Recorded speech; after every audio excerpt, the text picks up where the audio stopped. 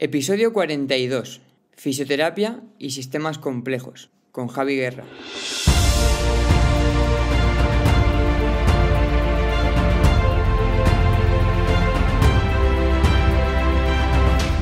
Muy buenas, millennials fisios. Hoy estoy hablando con Javi Guerra de sistemas complejos y fisioterapia, algo que seguro que ya habéis escuchado mogollón por redes sociales o en algún blog y que pocas veces se explica de dónde viene el término y por qué es tan interesante que lo empecemos a tener en cuenta en nuestro día a día, tanto en clínica como en cualquier contexto deportivo. Dicho esto, yo creo que para empezar el episodio, lo más sensato sería primero darte las gracias por aceptar la invitación y segundo, pues dejarte presentarte, que nos expliques un poco quién es Javi Guerra, en qué contexto laboral está y así que ellos también luego contextualicen un poco también el por qué te has ido, iba a decir especializando, no es especializando, sino formando en esto de sistemas complejos y demás. Bueno, en primer lugar, agradecerte a ti la invitación de estar aquí charlando en el podcast. Y para mí, ya sabes que me encanta compartir esto y charlar entre compañeros fisios. Y bueno, para presentarme, pues soy Javi Guerra, fisioterapeuta. A nivel de formación académica tengo un máster en fisioterapia y evidencia científica, básicamente investigación en fisioterapia, y actualmente estoy haciendo un experto en Sport Science, que es una figura vinculada al mundo del deporte de transferencia de la investigación al mundo del deporte. Como a nivel profesional, pues soy fisioterapeuta actualmente del Unicaja de baloncesto de Málaga.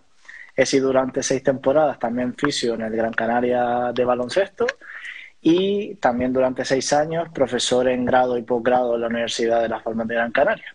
Así que, bueno, más o menos soy una cosa extraña dentro del mundo del deporte que ha unido deporte con investigación, con docencia y bueno, creo que eso es un poco el por qué explica el que ahora tenga tanta curiosidad en los sistemas dinámicos complejos.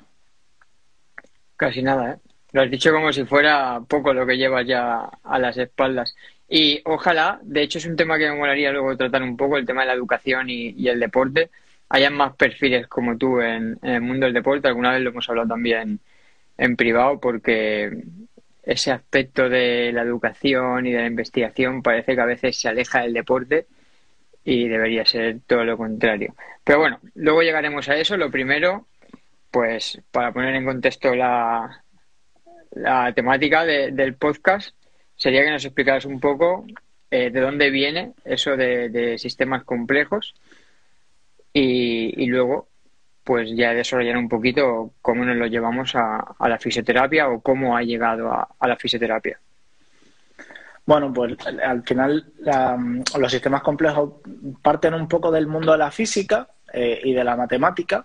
Entonces se empieza a desarrollar ahí. En los últimos años, bueno, o posterior a eso, sobre todo, coge mucho interés o mucha relevancia en el mundo de la cibernética, toda la parte de informática, el mundo de la inteligencia artificial o cómo se ha creado, por ejemplo, Internet, pues surge un poco la teoría de los sistemas. Luego pasa a la ecología, ¿vale? Sobre todo toda la parte de meteorología. Después ha sido economía quien ha ido incorporando y por último nosotros los de la salud hemos empezado a incorporar lo que son los sistemas dinámicos complejos. Es verdad que dentro de la salud pues parte de la medicina, no toda, ha implementado un poquito esto, pero creo que a lo mejor los licenciados en ciencias de la salud nos llevan muchos años de ventaja con el tema de haber investigado y incorporado un poquito más lo que es el sistema. Y ahora recientemente, pues en los últimos años, el mundo de la fisioterapia está empezando a hablar un poquito sobre este modelo de, bueno, yo digo que es más que nada un modelo de pensamiento, un modelo mental, cómo concebimos las cosas. Y bueno, la fisioterapia básicamente, pues supongo que los avances en los últimos años de la neurociencia nos ha ido obligando un poco a cambiar primero de ese paradigma biomédico, ¿no? Más basado en la estructura o en la patoanatomía. Luego incorporamos el modelo biopsicosocial, entendiendo pues esa unión de tres posibles esferas para eso, con toda la investigación de las neurociencias, empezar a ver que hay muchísimos más factores y empezar a entender que al final las relaciones que podemos ver nosotros en clínica dependen de muchísimos factores y de cómo interactúan o cómo se interrelacionan estos diferentes factores, y por eso el mundo de la fisioterapia tenemos que empezar a incorporar este paradigma dentro de nuestro proceso de razonamiento o de pensamiento. Vale. Te voy a decir que el resumen perfecto a eso es justo el esquema que has compartido hace 5 minutos, que es el típico esquema que parece que últimamente se está viralizando o que utilizamos todos para trasladar esa complejidad, ¿no? Y que a mí además me gusta mucho porque te aleja de la visión simplista, ¿no? Que muchas veces estamos acostumbrados o muy mecanicista de no, pues mira, si te duele la espalda, seguro pues que es por esto, ¿no? Una causa específica, concreta, y la solución es esta. Y luego te das cuenta de que no. Totalmente. Al final es verdad que ahora en el dolor es como donde está teniendo más relevancia, pero lo podemos aplicar a otros muchos ejemplos dentro del mundo de la fisioterapia. Al final, si hablamos de algo básico que todos trabajamos como la fuerza no es más que una propiedad emergente del sistema, que ahora hablaremos si quieres de qué es una propiedad emergente, que depende de muchos factores. Por ejemplo, pues si queremos medir la 1RM de un paciente o de un deportista o de un atleta, esa 1RM no va a ser constante durante todos los días, sino que va a haber una fluctuación porque va a depender de un montón de factores. Va a depender del estado de fatiga del sistema, de las condiciones ambientales, de las características individuales de cada deportista en cada momento, del momento de la periodización del entrenamiento. Al final estamos viendo que la manifestación de la fuerza va a depender de infinidad de factores o mejor dicho, de variables que tendríamos que tener en cuenta a la hora de trabajar esa propiedad, ¿no? Y, o sea, aquí me voy a tirar un triple, o no sé si estoy preguntando una estupidez con lo que voy a preguntar, pero yo tengo entendido, o yo leí hace tiempo en un libro que se llamaba Caos, creo que hablaba un poco de los sistemas complejos aplicados al mundo de la física y demás, que al final, a nivel de investigación, a través de algoritmos e historias matemáticas que yo veo muy lejanas, se va a intentar llegar a correlaciones simples a través de esos sistemas complejos. Es decir, en un caso de multivariables, como puede ser el dolor o la fuerza, me es indiferente, a través de la investigación y atendiendo a que cualquier variable de estas es compleja, ¿se puede llegar a hacer alguna conclusión específica? No sé si me estoy explicando muy bien. Sí, te entiendo perfectamente. Sí, perfectamente. A ver, hay que contextualizar la cosa, ¿no? Normalmente en fisioterapia o en salud hemos intentado establecer relaciones causales, ¿no? Lineales. De A produce B, factor de riesgo A predispone a lesión B. Eso está cambiando y evidentemente ahora hay modelos estadísticos, fundamentalmente basados en lo que tú comentabas, ¿no? Modelos de predicción con Machine Learning, inteligencia artificial, Deep Learning, que básicamente es coger todos esos variables, enseñar al propio sistema que sea capaz de entenderlo en base a muchísimos datos y generar modelos de predicción que se acerquen un poco a poder establecer esa correlación. Al final lo que van a acabar creando es o lo que se puede llamar como perfiles de riesgo o también lo que se conoce como fenotipos, es decir, como pequeños patrones de predicción en base a el conocimiento de esas variables o de esos condicionantes. O sea que sí que se llegará a llegar a conclusiones, ¿no? Que nos echen una mano o que nos ayuden a clasificar, pero realmente es muy complicado darte, pues eso, la receta mágica, ¿no? Que criticamos muchas veces. Es imposible. O sea, una de las cosas que tenemos que asumir cuando trabajamos bajo el paradigma de los sistemas complejos es la incertidumbre. O sea, tenemos que aceptar la incertidumbre, tenemos que aceptar que no vamos a conocer con seguridad qué es lo que va a ocurrir, porque una de las propiedades de los sistemas complejos es que no hay una linearidad en el output o la propiedad emergente. Por lo tanto, es casi imposible de predecir. Lo que vamos a conseguir es tener un porcentaje de acierto más alto o un porcentaje menor de incertidumbre. El ejemplo que siempre se pone es la meteorología. O sea, llevamos un montón de años estudiando los fenómenos climatológicos, hay infinidad de datos en todo el mundo y a día de hoy es casi imposible prever qué temperatura va a haber mañana. Eso es. Y luego pues pasa como en salud también, en el clima y tal, que luego se van a preguntarle a alguien del pueblo que viendo las montañas te dice si va a llover o no, y pasamos un poco de la ciencia que como se equivoca también, pues es equivocarnos, ¿no? Bueno. En el fondo tiene cierto sentido, porque una cosa que se sabe de los sistemas dinámicos complejos es que hay una capacidad de adaptabilidad o de adaptación, ¿no? Es decir, que el propio sistema es capaz de aprender. Entonces, como nosotros las personas somos sistemas dinámicos complejos en sí, hay gente que de tener mucha experiencia, de haber visto cambios de tiempo o situaciones meteorológicas, son capaces de predecir en base a esa experiencia. No significa que siempre acierten, pero sí es verdad que tienen una probabilidad más alta de acertar. Muy interesante, muy Entonces, interesante. Tiene cierto sentido. Claro. Y bueno, que me desvío. Me ha molado mucho que sacas el tema de la incertidumbre, porque justo era el siguiente punto que había notado, y es que yo quería comentarte que yo realmente cuando trato de transmitir esto de la complejidad a otros compañeros o incluso a los propios pacientes, entiendo que a veces sea difícil que ellos no entiendan que al hablar de complejidad estés transmitiendo que trabajar en salud, por ejemplo, o entender un problema es más complejo.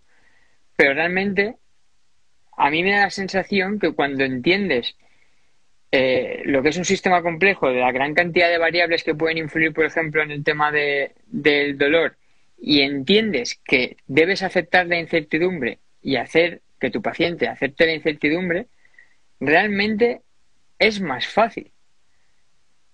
Porque al final tú vas a monitorizar lo que tú puedas monitorizar, pero a sabiendas de que no puedes saberlo todo y que eso tiene que ir hacia adelante con lo que puedes medir, realmente es más fácil.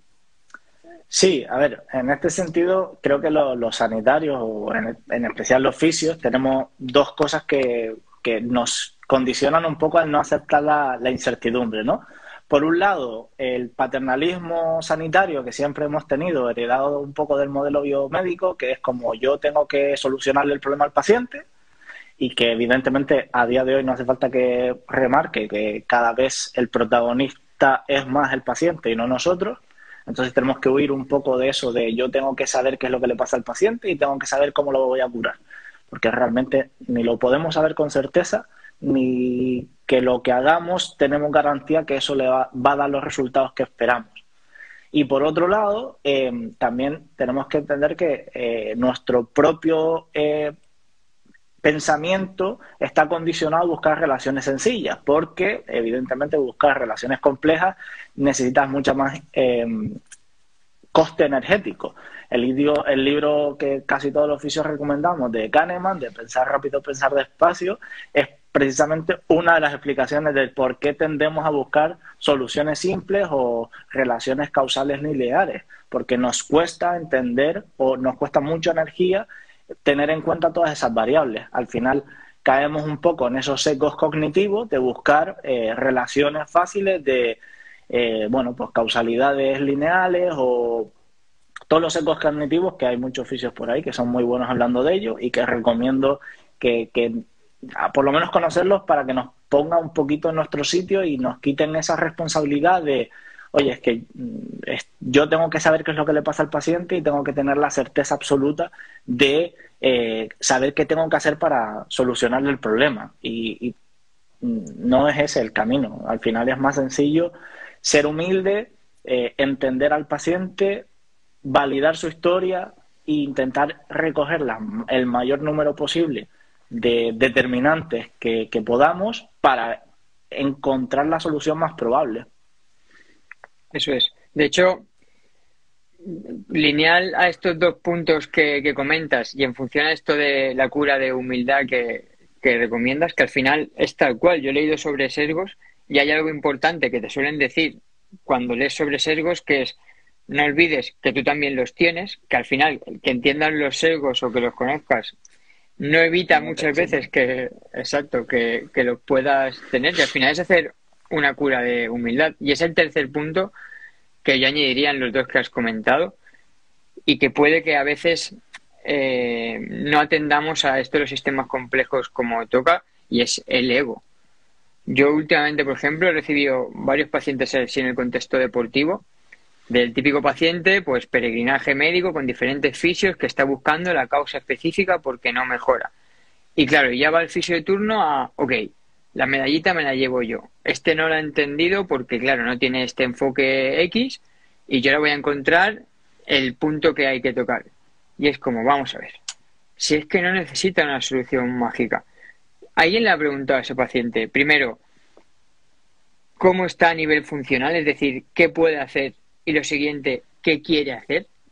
Y a partir de ahí, en muchísimas ocasiones, o a mí me ha pasado en el mundo deportivo, en el momento en el que el paciente empieza a hacer lo que él quería hacer, más allá de cómo esté a nivel de dolor, todo mejora. Pero claro, Totalmente. llegar ahí pasa por aceptar, decirle al paciente, mira, no tengo ni idea de lo que te puede estar pasando porque realmente hay varias fuentes que pueden coexistir o hay diferentes variables que pueden estar influyendo. Pero eso no significa que tú no puedas cumplir tu objetivo, sea deportivo o sea X. Entonces, muy importante lo que has comentado de la cura de humildad y de reconocer que muchas veces nos complicamos demasiado la vida queriendo ser el que da con la tecla indicada, ¿sabes? Totalmente. Yo, por ejemplo, ahora me estoy leyendo un libro que recomiendo también que se llama El ego es el enemigo. Creo que a muchos fisios nos hace falta eso y a los del mundo del deporte en especial. Pero un poco hablando de eso, muchas veces el problema que tenemos es que queremos buscar soluciones complejas a problemas complejos. Y realmente lo que tenemos que hacer es lo contrario, intentar buscar soluciones fáciles, volver a la base, a cosas básicas, para a partir de ahí poder generar un cambio en el sistema. Que haya 20 variables que no estén funcionando adecuadamente en el paciente no significa que tengamos que trabajar sobre las 20. Solo tenemos que encontrar aquella que realmente es relevante. Y la mayoría de las veces es simplemente lo que tú acabas de comentar, escuchar al paciente, saber cuál es su verdadero problema o qué es lo que le está limitando y a partir de ahí trabajar aquello que es significativo para esa persona, porque tratamos personas. No estamos tratando ni deportistas, ni patologías, ni etiquetas diagnósticas, ni partes del cuerpo. Estamos tratando personas. Y creo que es volver a esa base es lo que nos va a permitir probablemente obtener mejores resultados de los que obtenemos. Eso es. Sí, es que ves, por eso decía que dentro de la complejidad a mí me parece algo fácil, porque me parece increíble, ¿sabes? Que tengamos que remarcar muchas veces que tratamos personas, ¿sabes? Porque es como, joder, eso tendría que venir un poco de serie, ¿sabes? El que te preocupes por lo que realmente le importa al paciente en relación al problema X que pueda tener. Pero bueno, lo has remarcado muy, muy bien. Y ya que se acaba... No, acaba. Te iba a decir, por ejemplo, en deporte, ¿no? Yo trabajo en deporte de élite y hablamos del tema de recuperación. La recuperación te empieza que si pistolitas de masaje, que si criosauna, que si un montón de cosas de super tecnología, pero nos olvidamos de tres cosas que son básicas, que es, ¿está durmiendo bien mi deportista? ¿Mentalmente está bien? O sea, tiene un bienestar mental, no tiene un mal manejo del estrés y su nutrición es adecuada. Y esas tres cosas que son básicas no las tenemos en cuenta cuando nos planteamos la recuperación.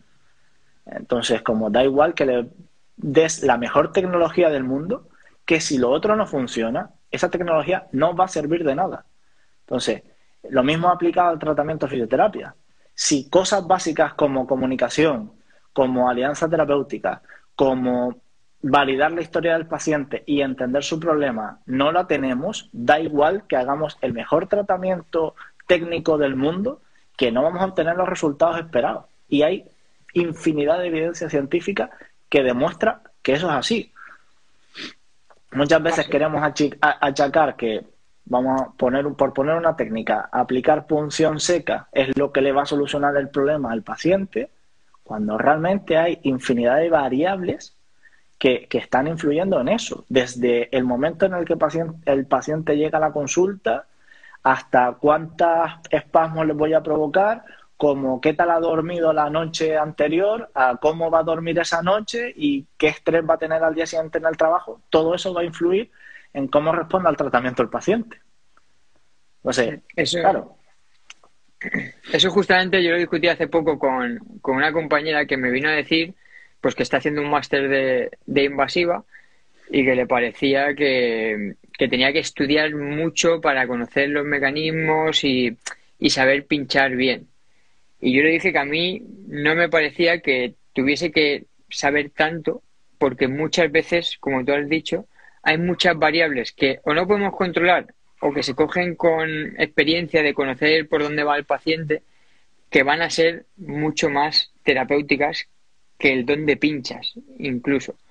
Y eso en deporte se ve mucho. Yo tengo jugadores que me dicen, no, oye, mira, pínchame aquí porque tengo una banda tensa y no sé cuánto. Y yo digo, mira, no tienes una banda tensa. Eso para empezar.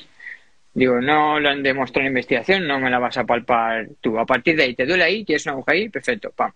¿Está mejor? Ah, sí, ya está. Ya, fenomenal, a correr. Perfecto, puedes correr, ideal.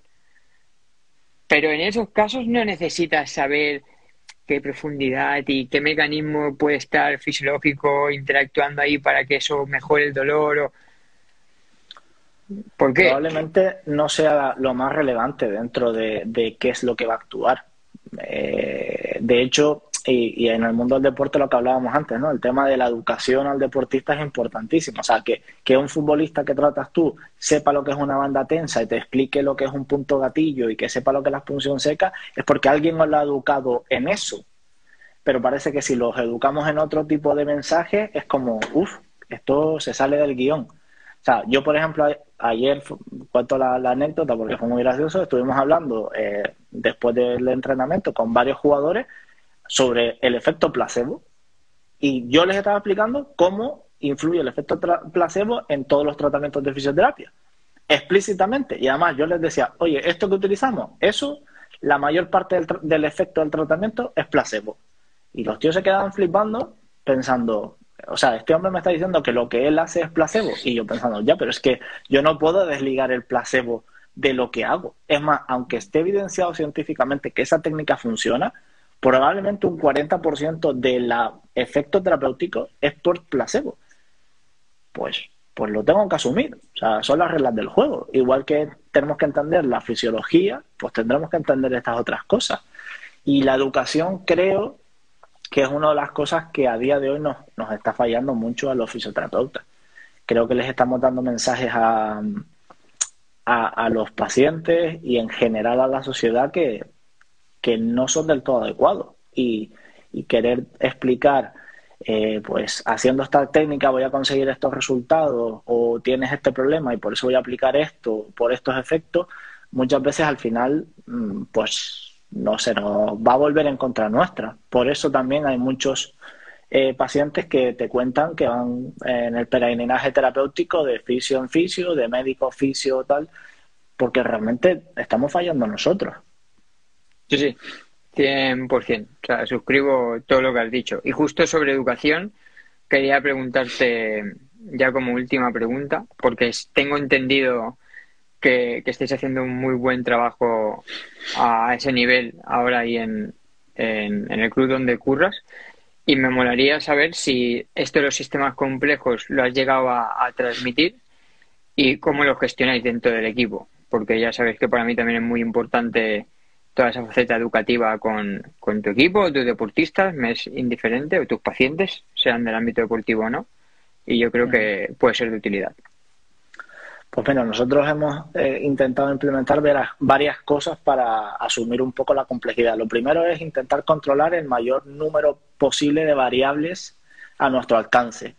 y tenerlas en cuenta en la toma de decisiones, tanto para el entrenamiento como a la hora del tratamiento, ¿no? El otro día lo estábamos calculando, creo que estamos recogiendo aproximadamente unas 60 variables de manera regular. O sea, 60 cosas. Sueño, dolor, RPE, carga externa con GPS, carga interna, a algunos biomarcadores con analíticas. Entonces, todo eso lo tenemos en cuenta y lo intentamos analizar de manera individual de cada uno de los deportistas. Eso es un poco la manera que nosotros estamos intentando lidiar con la complejidad, ¿no? Y luego a la parte de educación sí le hemos explicado a los deportistas eso. O sea, de hecho le hemos dado 2 charlas. La primera ha sido literalmente sobre dolor. O sea, les explicamos conceptos básicos de neurociencia del dolor, que el dolor no está unido a daño, de todos los factores que influye el tener dolor. Fue una charlita cortita, pero la verdad que tuvimos bastante buena acogida por parte de los deportistas. Y luego dimos una segunda charla sobre estrategias de recuperación y todo lo que influía un poco en lo que era la fatiga y la recuperación. Y luego, de manera individual, evidentemente, en las conversaciones pues siempre les va soltando cosas, ¿no? Y eso es un poco con lo que estamos intentando hacer. Y a pesar de que muchas veces también psicocognitivo pensábamos que a lo mejor los deportistas no lo iban a asumir bien, pues nos han demostrado que sí, y que lo entienden, que además les resulta interesante y te preguntan cosas. Entonces creo que por eso el cómo educamos a los deportistas va a ser muy, muy importante de aquí en adelante. Evidentemente, de aquí atrás, pues sabemos que se han educado dentro del mundo del deporte o en muchos ámbitos sanitarios, pues bajo un modelo que a lo mejor no es el más adecuado. Y si ahora incorporamos este nuevo paradigma o este modelo de pensamiento y educamos en ese sentido, probablemente cambiemos cosas. Eso es. Pues ahí queda. Si tú en el contexto que estás trabajando lo puedes hacer, nadie que nos escuche puede buscar excusas para que no empiece a meter chapas terapéuticas, o al menos ser honesto con el paciente. Si es que al final se resume en eso. Tú lo has dicho antes. Es que muchas veces pues no le vamos a saber explicar por qué ha ido mejor, pero si es que me da igual. O sea, tú antes tenías dolor en este movimiento y ahora van mejor. Ya está, quédate con eso. Ha mejorado la función, ha mejorado el rendimiento, perfecto. Ese es mi trabajo. Ya está. A partir de ahí hay muchas variables muchas veces que pueden influir. Al final, por ejemplo, yo lo que les explico es el tema del fenómeno emergente, ¿no? O sea, el dolor o la fuerza o el movimiento son fenómenos emergentes. Son la interrelación de un montón de factores y pequeños subsistemas. Y que además no es lineal, es decir, el cómo yo actúo sobre uno de esos factores no me va a predecir el qué respuesta va a dar el propio sistema. Y además, para complicarlo un pelín más, pues cada output, es decir, cada respuesta que da el sistema, genera un proceso de aprendizaje que se conoce como loop recursivo, en el que el propio sistema aprende y se modifica. Es decir, lo que siempre se dice, A después de A nunca vuelve a ser A. Cambia. Entonces, claro, yo digo, es que esto funciona así. ¿Qué quieres que te diga? No sé por qué funciona. Sé que nosotros intentamos trabajar sobre esto, esto y esto, pero probablemente el cómo tú mejores no podemos conocerlo al 100%. Y no pasa nada, porque lo importante es intentar entender cuáles son aquellos determinantes que jerárquicamente a lo mejor son más importantes, intentar generar un condicionamiento sobre ellos, influir sobre ellos para modificar la respuesta que da el sistema. Eso es. Jerarquías, muy importante. No había salido el nombre antes, pero al final con el ejemplo de las estrategias de recuperación lo has evidenciado muy bien. Y bueno, ya para ir acabando y te dejo irte a cenar, que es viernes y ya apetece.